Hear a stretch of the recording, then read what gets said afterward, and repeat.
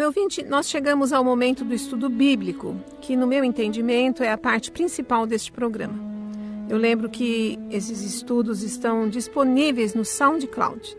Basta você baixar esse aplicativo no seu celular ou no computador e procurar pelo nome do programa, que é Mensagem Cristã para Hoje. Aí você vai entrar na página que tem todos os estudos sobre a Epístola aos Efésios, sobre a Reforma Protestante e agora sobre a Epístola aos Hebreus. No celular, basta deslizar a tela para cima, que aparecerão várias pastas para você selecionar o assunto que você deseja ouvir. Nós temos cerca de 100 estudos disponíveis no SoundCloud. Eu quero aproveitar também para fazer alguns esclarecimentos a meu respeito. Meu nome, para quem não sabe, é Joana Cavalcante. Eu sou membro da Igreja Presbiteriana do Brasil e frequento a IPB do bairro da Bela Vista, em Bauru, onde meu esposo é presbítero. O programa Mensagem Cristã para Hoje vai ao ar todas as quintas-feiras, das 18 às 19 horas, pela Bauru Rádio Clube. Essa emissora é AM, está em 1160 kHz. Contudo, esse programa não é de responsabilidade da Igreja Presbiteriana, e sim de minha responsabilidade. Ele não tem nenhum patrocínio e é mantido com os recursos particulares meus e do meu esposo. Eu não sou teóloga e não sou pastora. Aliás, a minha denominação não ordena mulheres para o pastorado. Medida essa com a qual eu concordo inteiramente, porque eu entendo que é bíblico não ordenar mulheres. Também não sou missionária. Sou uma cristã leiga, um membro comum da minha igreja. A minha formação é na área educacional. Sou formada em Educação Artística, com licenciatura em Artes Plásticas, pela Unesp de Bauru. Eu e meu esposo fomos convertidos ao Senhor Jesus Cristo no ano de 1980, quando eu estava com 26 anos. Desde o ano de 2004, por razões que só o Senhor sabe, estou responsável por este programa de rádio. Aceitei esse compromisso como uma oportunidade para apresentar a mensagem do Evangelho, a mensagem cristã. A princípio, eu me dediquei a divulgar apenas meditações a partir das minhas próprias reflexões como cristã. No decorrer do tempo, contudo, percebi que deveria usar o programa para levar aos ouvintes um conhecimento que não estivesse ao alcance da maioria, alguma coisa mais profunda.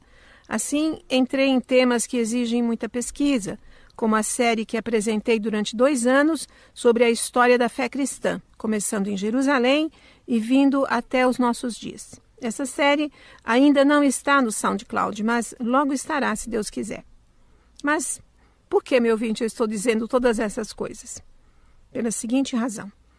É que o que eu apresento nestes estudos é em grande parte extraído de livros, cujos autores e editoras faço questão de mencionar, que, aliás, é uma obrigação. É importante que você saiba disso. O que eu faço é estudar um assunto, buscando a orientação do Espírito Santo e me apoiando em alguns gigantes da fé. Não é na internet que eu busco as informações, e sim em literatura de autores confiáveis que você pode adquirir e conferir.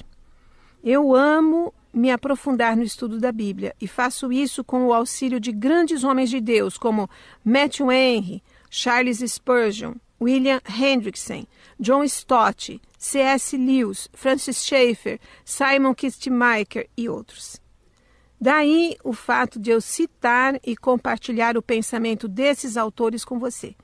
Procuro pesquisar e passar as informações, sabendo que não estou citando aventureiros ou oportunistas, mas verdadeiros homens de Deus, que dedicaram suas vidas ao estudo da palavra sagrada e que dominavam ou dominam vastas áreas do conhecimento teológico. Esse esclarecimento é necessário porque, por mim mesma, eu não teria condições de entrar em assuntos tão profundos. Portanto, recorro a esses gigantes que o Senhor nosso Deus tem usado para edificar a sua igreja. Muito eu tenho aprendido, e o que aprendo procuro compartilhar com vocês. Sempre que possível, eu tento reproduzir as citações mais longas apenas dos livros da editora Cultura Cristã, que é uma editora da Igreja Presbiteriana, para evitar problemas futuros como com direitos autorais. Mas nem sempre isso é possível. e às vezes não resisto em compartilhar uma mensagem de um autor cuja obra foi editada, por exemplo, pela editora Ultimato. Mas sempre dou os devidos créditos e espero que você sinta-se inclinado, estimulado a adquirir essas obras e assim você possa usufruir de todo o conteúdo, ao invés de contentar-se com algumas migalhas apenas. Nós vivemos, meu ouvinte, numa era incrível, em que as informações propagam-se a uma velocidade inimaginável. Porém, a multiplicação da informação e o seu amplo acesso nem sempre implicam num ganho real de conhecimento. A minha oração e a minha expectativa são de que o Senhor use os estudos que eu apresento para que aqueles que os ouvem cresçam no conhecimento e na graça de nosso Senhor Jesus Cristo. A Ele é que devem ser tributadas e creditadas toda a honra e toda a glória. Feitos esses esclarecimentos, sem mais demora, passemos ao estudo da Epístola aos Hebreus, assunto com o qual estamos nos ocupando há algumas semanas. Antes de qualquer retrospectiva do que já foi tratado, façamos a leitura do texto. Acompanhe Hebreus, primeiro capítulo, do verso 4 ao 14, em que a palavra de Deus diz assim a respeito de Jesus Cristo, o Filho de Deus. Tendo se tornado tão superior aos anjos quanto herdou mais excelente nome do que eles, pois a qual dos anjos disse jamais, tu és meu filho, eu hoje te gerei? E outra vez, eu lhe serei pai e ele me será filho? E novamente, ao introduzir o primogênito no mundo, diz, e todos os anjos de Deus o adorem. Ainda quanto aos anjos, diz, aquele que a seus anjos faz ventos e a seus ministros labareda de fogo. Mas acerca do Filho, o teu trono, ó Deus, é para todo o sempre, e cetro de equidade é o cetro do seu reino. Amaste a justiça e odiaste a iniquidade, por isso Deus, o teu Deus, te ungiu com o óleo de alegria como a nenhum dos teus companheiros.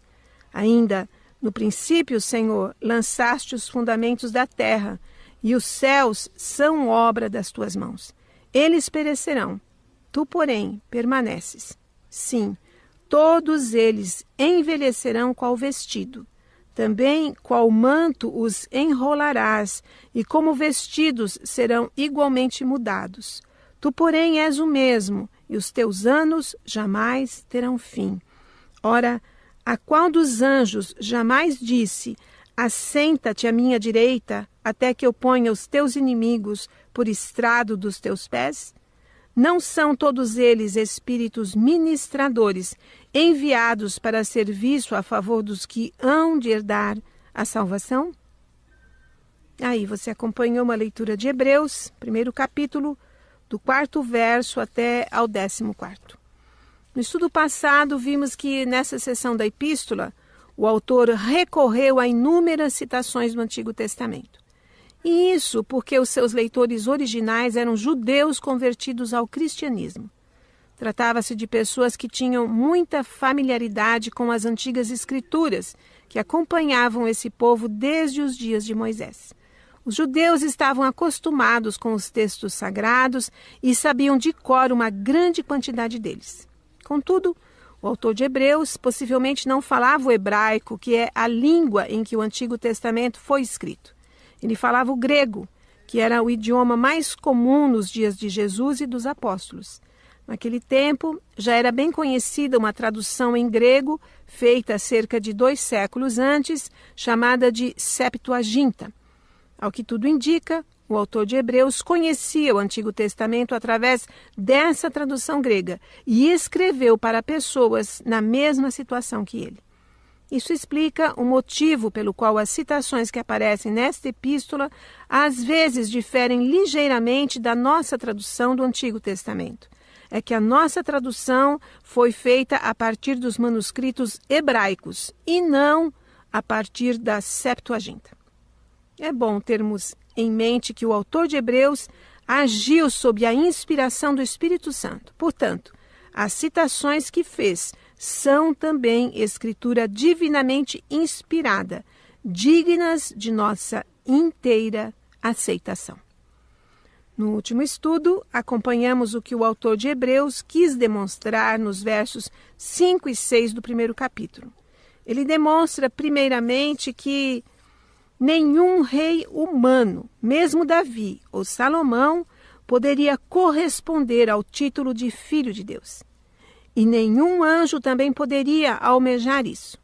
Esse título, por demais glorioso, é exclusivo de Jesus Cristo. Os judeus do Antigo Testamento tinham uma compreensão de que deveriam aguardar a vinda de alguém muito superior aos seus melhores reis e que esse alguém iria restaurar o seu povo. Esse seria o ungido de Deus, o Messias. Essa convicção aparece claramente no segundo capítulo do Evangelho conforme Lucas, nas palavras de Simeão e da profetisa Ana. Vemos ali que, quando o menino Jesus foi apresentado no templo de Jerusalém, Simeão o tomou nos braços e louvou a Deus, dizendo: Agora, Senhor, podes despedir em paz o teu servo, segundo a tua palavra, porque os meus olhos já viram a tua salvação, a qual preparaste diante de todos os povos, luz para a revelação aos gentios e para a glória do teu povo de Israel.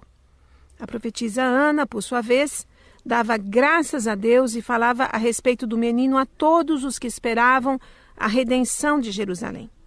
Nas palavras de Simeão, encontramos ecos das profecias de Isaías, capítulos 42, verso 6, 49, verso 6. Contudo, não apenas Simeão e Ana aguardavam o cumprimento das antigas profecias messiânicas. Essa era a expectativa de todo judeu piedoso. Portanto, sabendo disso, o autor de Hebreus usa as citações do Antigo Testamento para demonstrar aos seus leitores que aquelas promessas cumpriram-se em Jesus Cristo, o Messias, o amado Filho de Deus. O autor de Hebreus demonstra em seguida que o Filho de Deus não apenas é infinitamente superior aos reis de Israel e aos anjos, como também que os próprios anjos o adoram.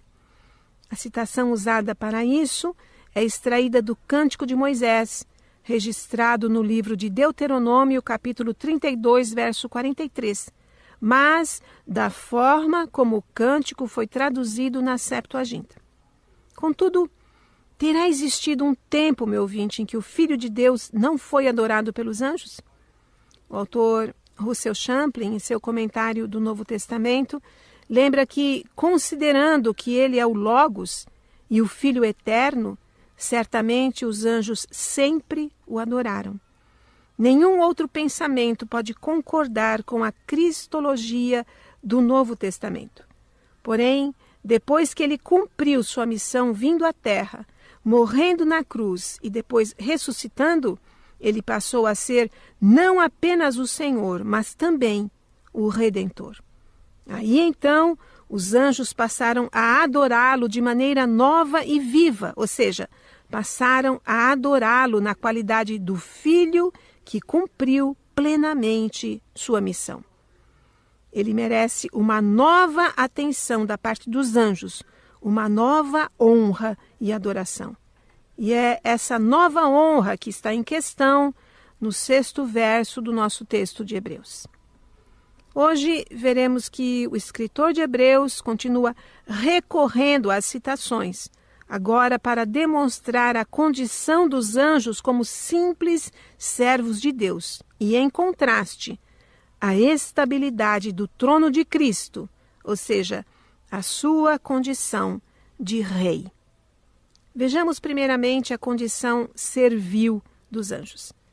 O verso 7 do nosso texto diz: Ainda quanto aos anjos, diz, aquele que a seus anjos faz ventos e a seus ministros labareda de fogo.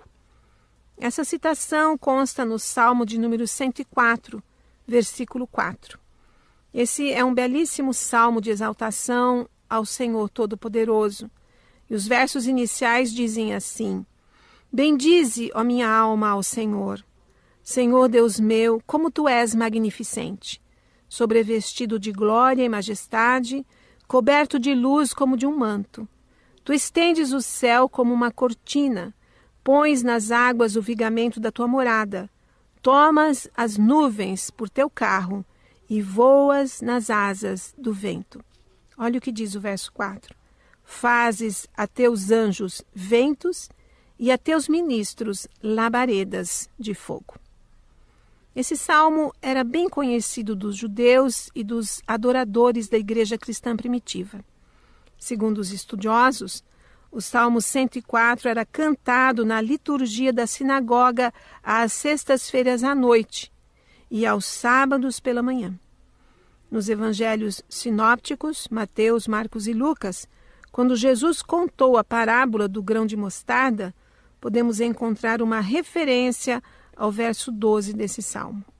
Simon Kistemaker, em seu comentário de Hebreus, publicado pela editora Cultura Cristã, lembra que o autor do Salmo 104 atribui esplendor e majestade a Deus que, como Criador, estende os céus como uma tenda e põe as vigas de suas câmaras superiores em suas águas. Nuvens e ventos põem-se de pé ao seu chamado, porque eles são, figuradamente, seus meios de transporte. Os ventos são seus mensageiros, os relâmpagos são seus servos. Deus tem perfeito controle sobre sua criação. O escritor usa a citação do Salmo 104 para enfatizar o estado servil dos anjos. Eles são como os ventos e os relâmpagos, que são parte da criação de Deus e completamente obedientes à sua vontade. O texto compara os anjos aos ventos e às chamas de fogo para indicar que suas ações são temporárias, como as mudanças na natureza. Deus usa os anjos para executar sua vontade e eles os servem de uma forma poderosa, forte como o vento e destrutiva como um raio. Quando sua tarefa está terminada, no entanto, eles retornam a ele como servos humildes e obedientes. Embora eles realizem atos poderosos, eles permanecem como humildes criados, humildes servos. A comparação entre o Filho e os anjos é um desenvolvimento adicional dos primeiros 4 versículos desse primeiro capítulo de Hebreus. Deus designou o Filho herdeiro de todas as coisas e por meio dele fez o universo, como diz o verso 2. As palavras ele faz na sentença, ele faz de seus anjos ventos, apontam para o Criador que fez todas as coisas e quem, por implicação, relega os anjos à posição de seres criados e à condição de servos. Eis porque, meu ouvinte, estão muito errados aqueles que oram para anjos, que fazem pedidos para anjos. Isso não é fé cristã, Os anjos são servos, eles estão numa condição servil. Então, para distinguir mais ainda o filho dos anjos, o autor de Hebreus recorre a outra citação e com isso exalta a condição do filho como o rei divino e eterno. O 8º verso do nosso texto diz: mas acerca do filho, o teu trono, ó Deus, é para todo o sempre, e cetro de equidade é o cetro do teu reino. O texto citado aí é o Salmo 45, versos 6 e 7. A exemplo do anterior, este é outro maravilhoso salmo, atribuído aos filhos de Coré. Os versos iniciais dizem: de boas palavras transborda o meu coração. Ao rei consagro o que compus. A minha língua é como a pena de habilidoso escritor. Ou seja, o salmista apresenta-se como um poeta que tem diante de si a incumbência de exaltar a majestade de um rei especial e sua noiva. É o que ele faz a partir do verso 2, quando diz: tu és o mais formoso dos filhos dos homens. Nos teus lábios se extravasou a graça. Por isso Deus te abençoou para sempre. Cinge a espada no teu flanco, herói. Cinge a tua glória e a tua majestade. E nessa majestade cavalga prosperamente pela causa da verdade e da justiça. e a tua destra te ensinará proezas. As tuas setas são agudas, penetram o coração dos inimigos do rei. Os povos caem submissos a ti. Olha o verso 6. O teu trono, ó Deus, é para todo sempre. Cetro de equidade é o cetro do teu reino. Meu ouvinte, a qual rei o salmista estaria se referindo quando compôs esse salmo? Qual rei o Espírito Santo o dirigiu a celebrar? O reformador João Calvino e outros estudiosos interpretaram esse salmo como descrevendo o casamento do rei Salomão. Alguns outros entenderam que o Salmo 45 poderia ser um hino para celebrar o casamento de algum rei israelita, não apenas o de Salomão, mas o de Jeroboão e até mesmo de Acabe, que se casou com uma princesa do povo sidônio. Porém, as tradições judaicas e cristãs entendem esse salmo como celebrando o casamento do rei messiânico com Israel, sua noiva. Conforme entendem os estudiosos, o Salmo 45 é tipológico do Messias. O rei de que o salmista fala está tipificando o Messias. Aliás, é oportuno lembrarmos que, como diz o comentarista Russell Champlin, a Epístola aos Hebreus é o supremo exemplo neotestamentário de como funcionam os tipos bíblicos. Vamos ver de novo. A Epístola aos Hebreus é o supremo exemplo neotestamentário de como funcionam os tipos bíblicos. Então, se você alguma vez ficou intrigado ao ler esse salmo, pensando em qual rei estaria sendo exaltado ali, saiba que aquele rei, quer fosse Salomão ou qualquer outro, tipificava Cristo Jesus e sua noiva, a igreja. Simon Kistemaker observa que somente no advento do Filho de Deus a descrição do casamento do rei é completamente cumprida. A aplicação que o autor de Hebreus faz desse salmo indica que os cristãos do primeiro e do segundo séculos consideravam que Jesus Cristo cumpriu as promessas do salmo. Contribui para essa conclusão o fato de que escritores como Justino, o Mártir e Irineu, que viveram logo nos tempos da igreja primitiva, comecinho do segundo século, citaram o Salmo 45, versos 6 e 7, repetidas vezes, também relacionando-o a Jesus Cristo.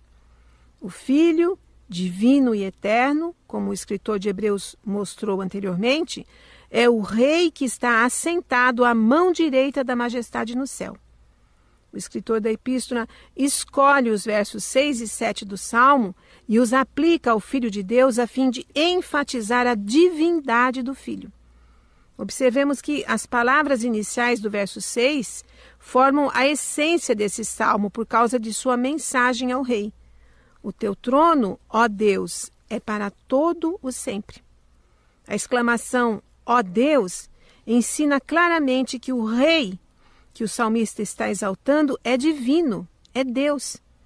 E o escritor de Hebreus usa essa exclamação para indicar a divindade de Cristo.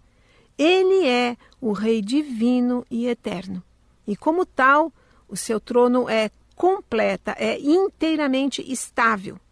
É o que diz a segunda parte do 8º verso do nosso texto de Hebreus. Cetro de equidade é o cetro do seu reino. Essa citação também é a segunda parte do verso 6 do Salmo 45. Lá está escrito, cetro de equidade é o cetro do teu reino.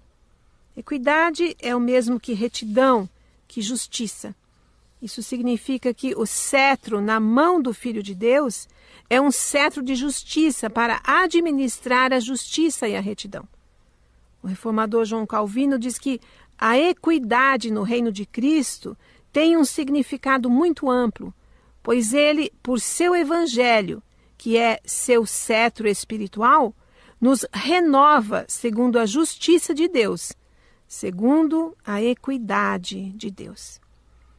O escritor de Hebreus recorre a outra citação do Salmo 45 para demonstrar que somente o Filho de Deus, Jesus Cristo, cumpriu as palavras desse salmo. Ele cita o 7º verso do Salmo em que lemos: amas a justiça e odeias a iniquidade. Por isso Deus, o teu Deus, te ungiu com o óleo de alegria como a nenhum dos teus companheiros. No nosso texto de Hebreus, essa citação aparece no verso 9, e a única alteração é que está no tempo verbal, que é posto no passado. Ao invés de amas a justiça e odeias a iniquidade, está amaste a justiça e odiaste a iniquidade. Mas isso não altera em nada o sentido da afirmação. Mas será que de algum rei da nação israelita se poderia dizer que amou a justiça e odiou a iniquidade? Não, porque até mesmo os melhores deles, os melhores reis de Israel, como Davi, Salomão, Josias ou Ezequias, nenhum deles, porque todos foram homens pecadores, condição presente em todos os indivíduos. O único que andou sem pecado sobre a terra foi Jesus Cristo. Simon Kistemaker diz com toda a razão que a realeza divina não poderia ser assumida por qualquer monarca israelita. Somente o filho de Davi, Jesus Cristo, cumpriu as palavras do Salmo. Ele amou a equidade e odiou a iniquidade, como demonstrou durante seu ministério terreno. A questão, no entanto, é se as palavras da citação podem ser aplicadas a um evento ou período particular no ministério de Jesus.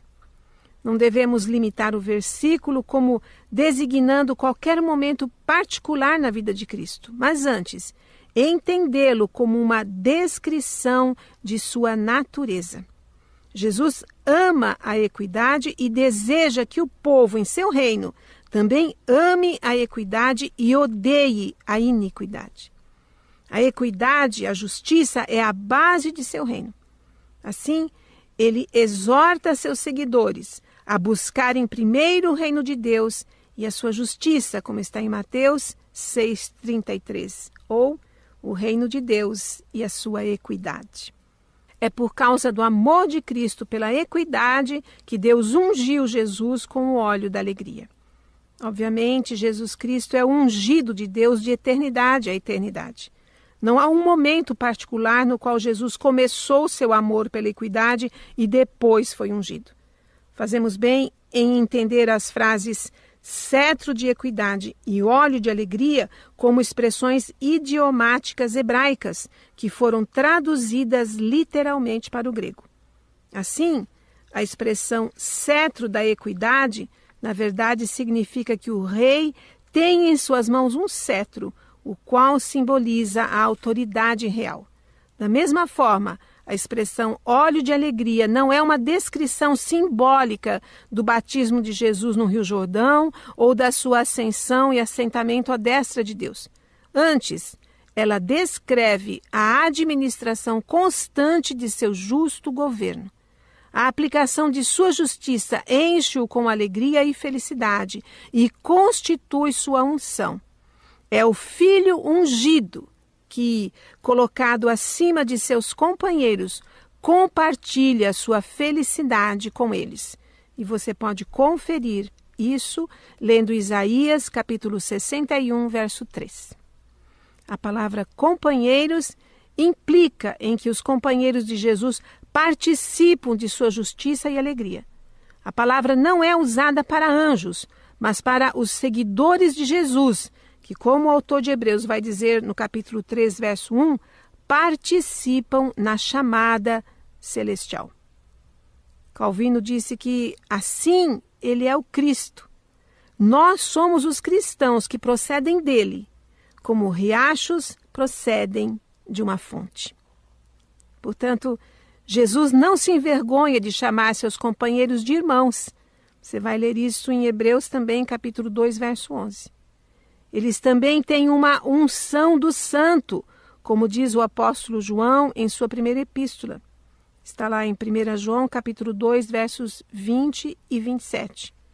João diz: quanto a vós, a unção que recebestes dele permanece em vós. O catecismo de Heidelberg, elaborado no século XVI, no tempo da Reforma, faz uma penetrante pergunta. Mas por que vocês são chamados de cristãos? Essa é a pergunta 32. E a resposta é muito reveladora. Diz assim: porque pela fé eu sou membro de Cristo, e assim eu participo de sua unção. Eu sou ungido para confessar seu nome, para apresentar a mim mesmo a Ele como um sacrifício de gratidão, para lutar com uma consciência livre contra o pecado e o diabo nesta vida, e depois reinar com Cristo sobre toda a criação por toda a eternidade. Sim, meu ouvinte, somos cristãos. E porque estamos em Cristo, já nos encontramos, em certo sentido, assentados com Ele nos lugares celestiais. E porque Ele é o Rei divino e eterno, um dia reinaremos com Ele sobre a sua criação por toda a eternidade. Ao Senhor, nosso Rei e nosso Deus, seja toda a glória, hoje e para todos sempre. Amém.